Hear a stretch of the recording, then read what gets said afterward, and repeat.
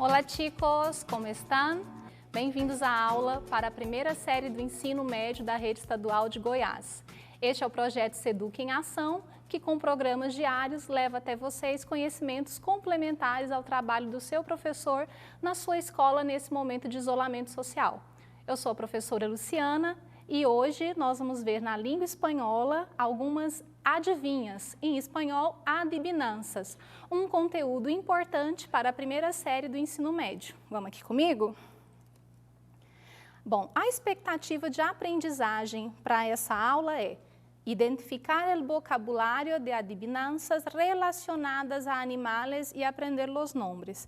Então, as adivinhas que eu trouxe, a maioria delas tem a ver com esse leque de animais, tá? Vamos a começar mais uma classe?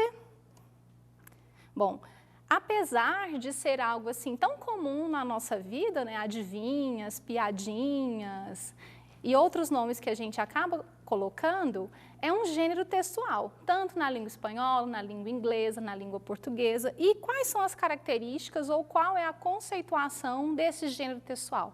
Então, a adivinha, ela é formada por um texto curto, geralmente de pergunta e resposta, e também é muito comum na cultura popular de uma determinada população, de uma determinada localidade, tá bom?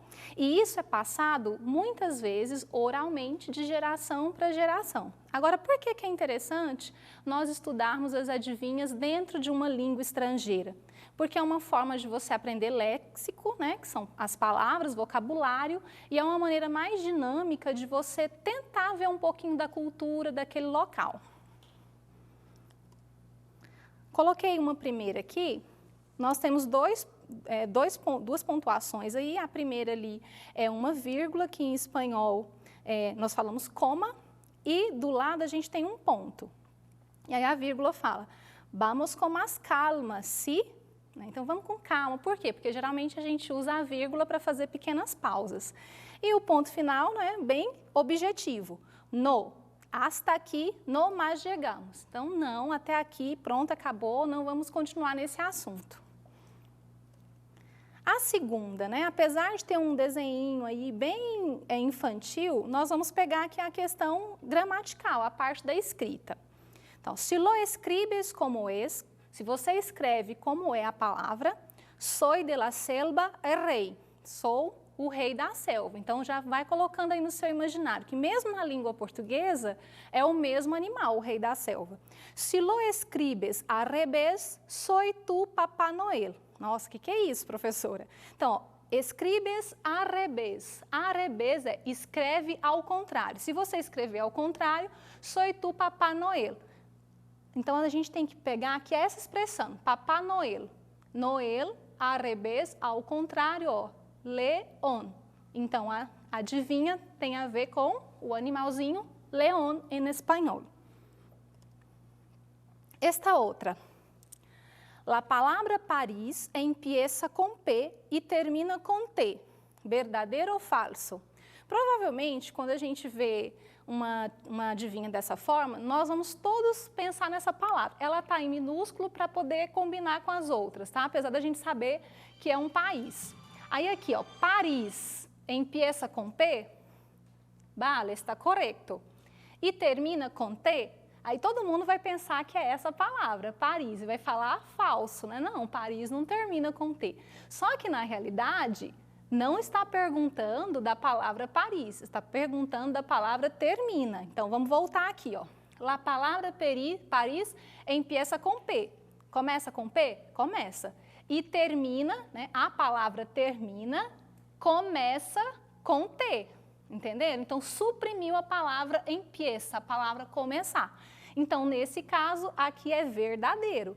Por quê, pessoal? Porque Paris começa com a letra P e termina, é uma palavra que começa com a letra T. Então, aqui é uma pegadinha.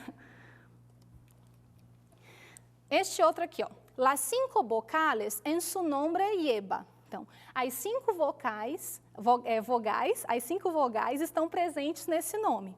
E no siendo ave, por la noche vuela. Então, apesar de não ser ave, esse animalzinho voa. E a gente já tem aqui a imagem, né, que é um morcego, e em espanhol nós dizemos murciélago. Se você observar a palavra, tem todas as 5 vogais, né? É uma palavra que está presente todas as 5 vogais. Essa aqui, ó.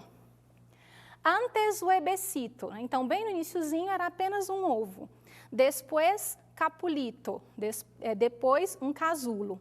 Mais tarde, volaré como um pajarito.